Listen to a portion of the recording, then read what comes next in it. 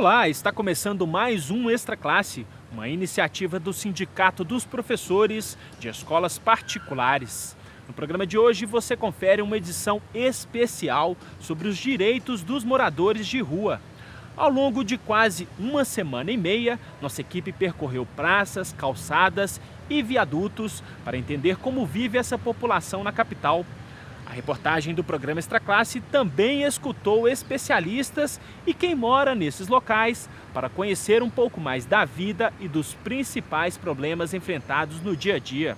De acordo com a estimativa das Nações Unidas, cerca de 100 milhões de pessoas em todo o mundo se encontram nessa situação. Aqui em Belo Horizonte são quase 2.000 pessoas. Confira agora nesta reportagem especial.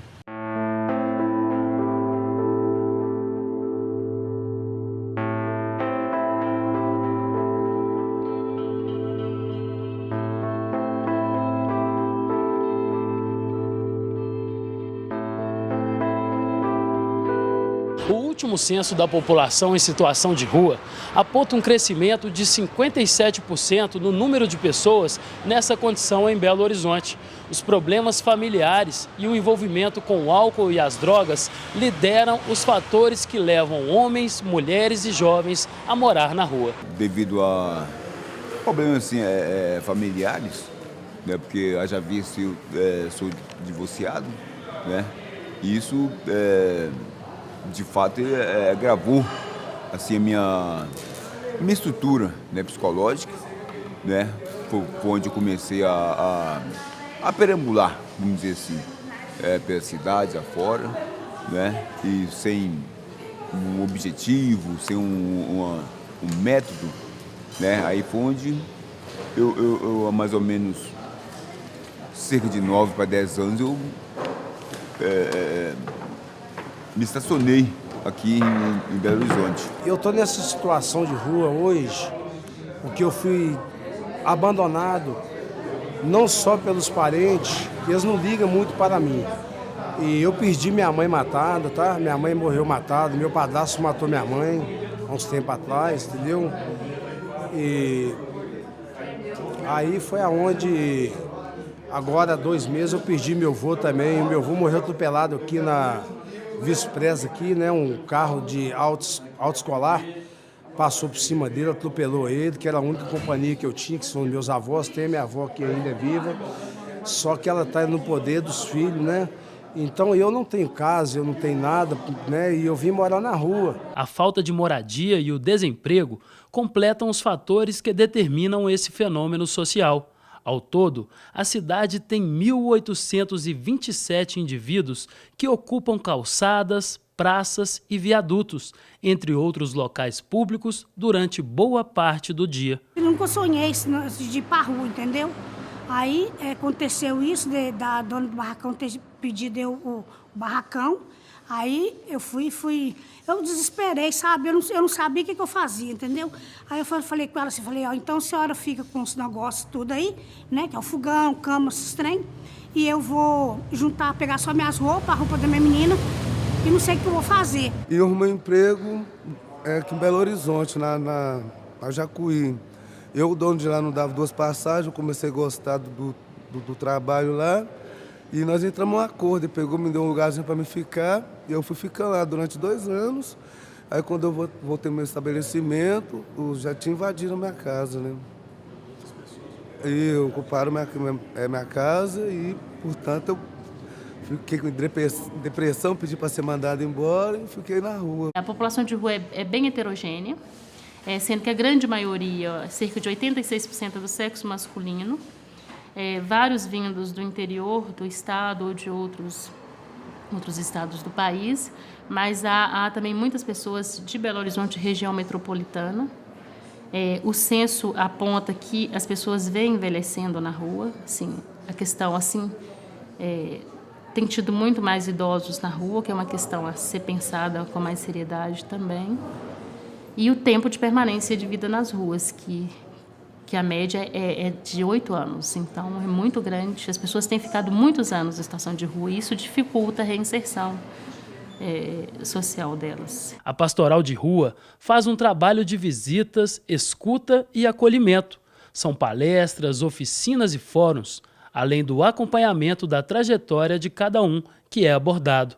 Para esta educadora social, é necessário transformar números em atitudes para mudar essa realidade. A gente entende que é preciso pegar os dados, sobretudo os qualitativos, em relação ao trabalho e renda, em relação à educação.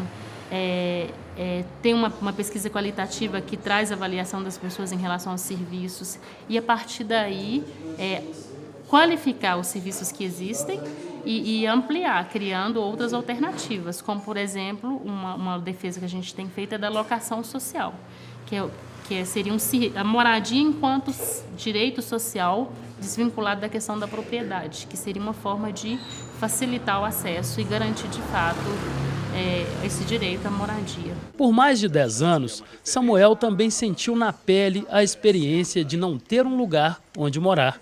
Hoje, ele luta pelos direitos das pessoas em situação de rua. O morador de rua precisa ser tratado como ser humano, né, e não como uma peça, como um objeto que tem que ser cuidado. Ele não pode ser um número no relatório. Ele precisa ser uma pessoa que realmente deu passe e que teve a ajuda do Estado, ou o apoio do Estado.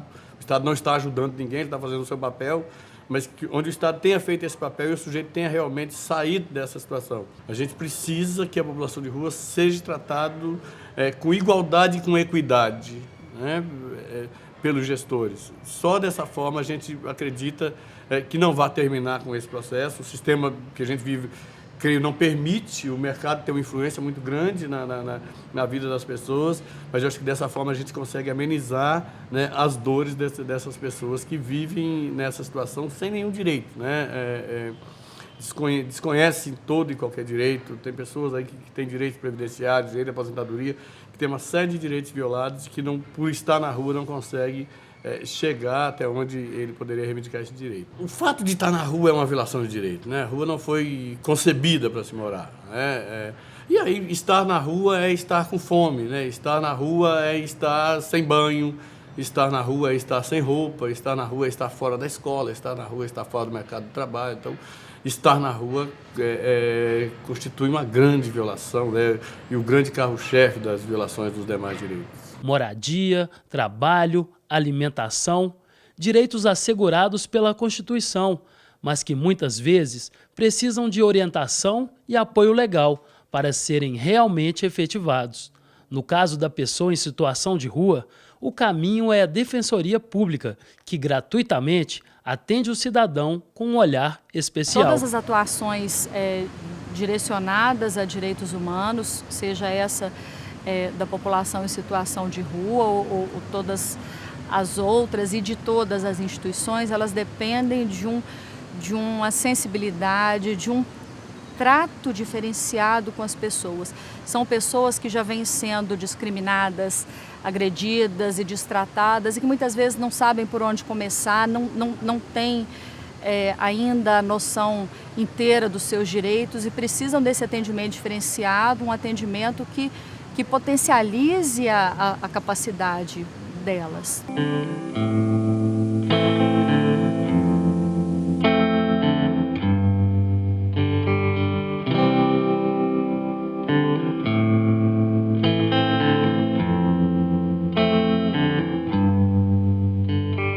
Segundo a Prefeitura, o município mantém 900 vagas em albergues, abrigos e instituições de apoio, onde é feito o acolhimento das pessoas que estão na rua.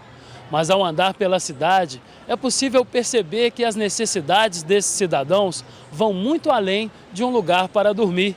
Ações simples do dia a dia, como lavar as mãos, tomar banho e cozinhar, ainda estão bem distantes para estas pessoas. A pior coisa que tem é você estar dormindo debaixo de uma marquise, sem coberta, às vezes, sem roupa, sem nada, e às vezes você não tem nem um sanitário para você usar, em praça ou em qualquer outro lugar. Todos os moradores de rua ainda sofrem com... A gente como se diz o outro, reprimido o tempo todo, né? Porque a gente é morador de rua, mas a gente não rouba, não faz uso de coisas tóxicas, mas mesmo assim a gente é discriminado como um todo. tudo que um apronta, os outros levam a responsabilidade. O carro-chefe da nossa política é o serviço especializado em abordagem social, por meio do qual você tem técnicos com formação superior na área de ciências humanas. Essas pessoas abordam sujeitos que estão em situação de rua, muitas vezes caídos nas ruas, tentam estabelecer um vínculo com eles, construir com esse sujeito a sua história de vida e, a partir de então, construir caminhos que sejam de saída dessa condição, que pode ser um retorno para a família, pode ser um encaminhamento para o centro de referência da população de rua, onde ele pode tomar banho, lavar suas roupas, participar de oficinas, ter atendimento psicossocial. Ele pode, inclusive, ter encaminhamentos ali para retirada de segunda via de documentos, se for o caso. Mesmo diante de alguns avanços no atendimento da população de rua, ainda existem muitas reclamações em relação ao preconceito e discriminação por parte da sociedade e também de alguns agentes públicos. Nós temos uma demanda de ações de indenização por violação de direitos, seja por pessoas que agridem gratuitamente a população em situação de rua, seja por órgãos públicos, pelo desrespeito aos direitos básicos, desrespeito ao livre estar na rua. Então, essas questões nos têm chegado, elas tiveram um agravamento nesse período de Copa, né?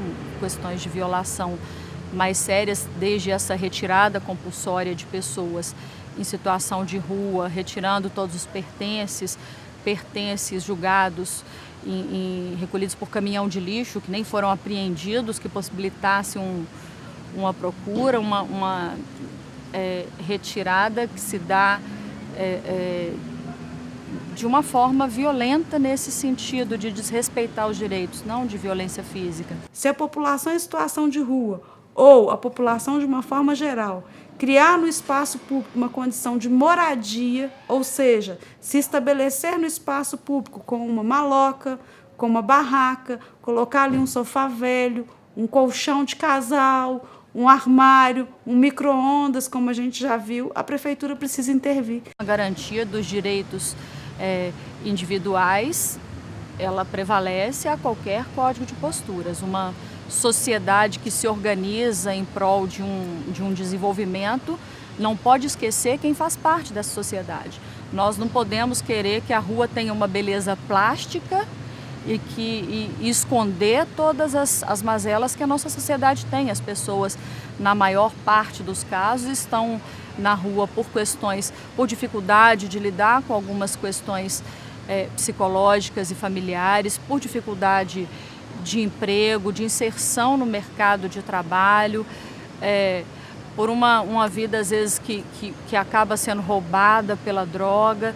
Então, a gente tem diversas situações, muitos adolescentes, porque são agredidos dentro da casa e buscam a rua. A rua chega a ser um lugar melhor do que a casa onde sofre agressão. São diversas as histórias das pessoas que estão em situação de rua. Uma rede de órgãos públicos e de entidades da sociedade civil, com participação ativa de lideranças dos movimentos da população de rua, tem apontado soluções para esse triste quadro desenhado nas grandes cidades.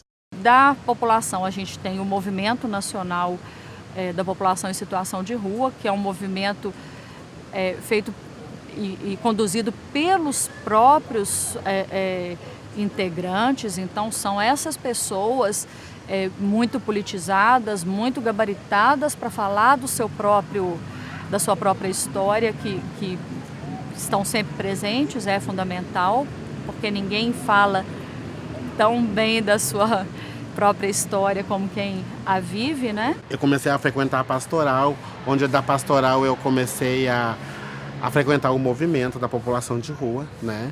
E através disso eu entrei na política, junto nessa nossa luta pelos direitos da população de rua. Então hoje eu sou integrante desse movimento local, né? Eu já participei de de uma marcha a Brasília pelo movimento, onde que o nosso presidente, o Luiz Inácio Lula da Silva, assina um decreto, né, que é o 7.053, onde constitui a política nacional da população de rua. Então, isso para nós foi a grande vitória. Para este integrante do movimento nacional, o caminho em busca de direitos começa com o conhecimento sobre a própria condição de cidadão. O primeiro passo que ela deve começar é ir conhecer os seus direitos. Ela esquece que ela deveria ter o suporte do Estado, que deveria garantir a situação para que ela não se encontrasse nesse momento difícil da vida. Qualquer pessoa pode procurar a defensoria.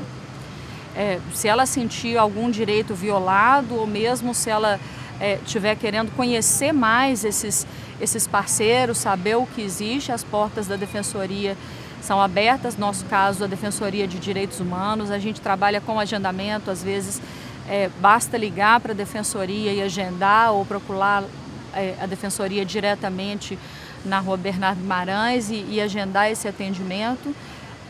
A gente tem essa preocupação muito especial. E se o caso não for específico da Defensoria de Direitos Humanos, nós fazemos os encaminhamentos para os defensores competentes para resolver quaisquer questões. São muitas as dificuldades encontradas pelas pessoas que tiveram uma trajetória de rua. Noites ao relento, fome, frio e falta de perspectivas para o futuro. Mas também são vastos os exemplos de superação.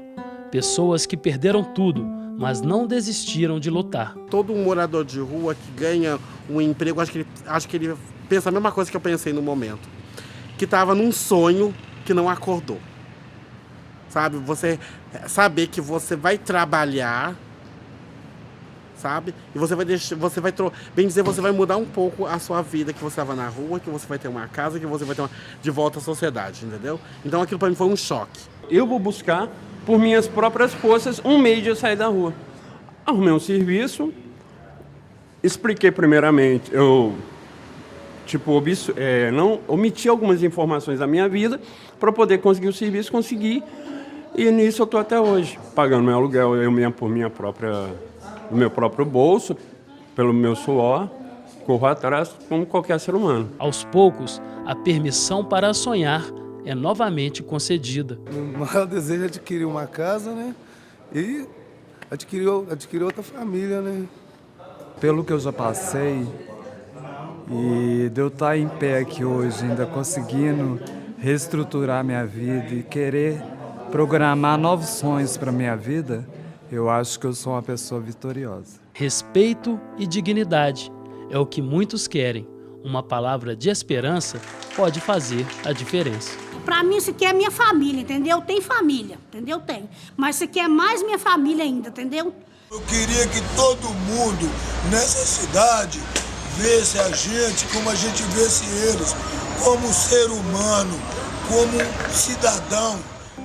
Caminhando por meu lar, na estrada e tão só, meu coração quebrado, numa dúvida cruel, sem saber se o viver ou o morrer era a solução.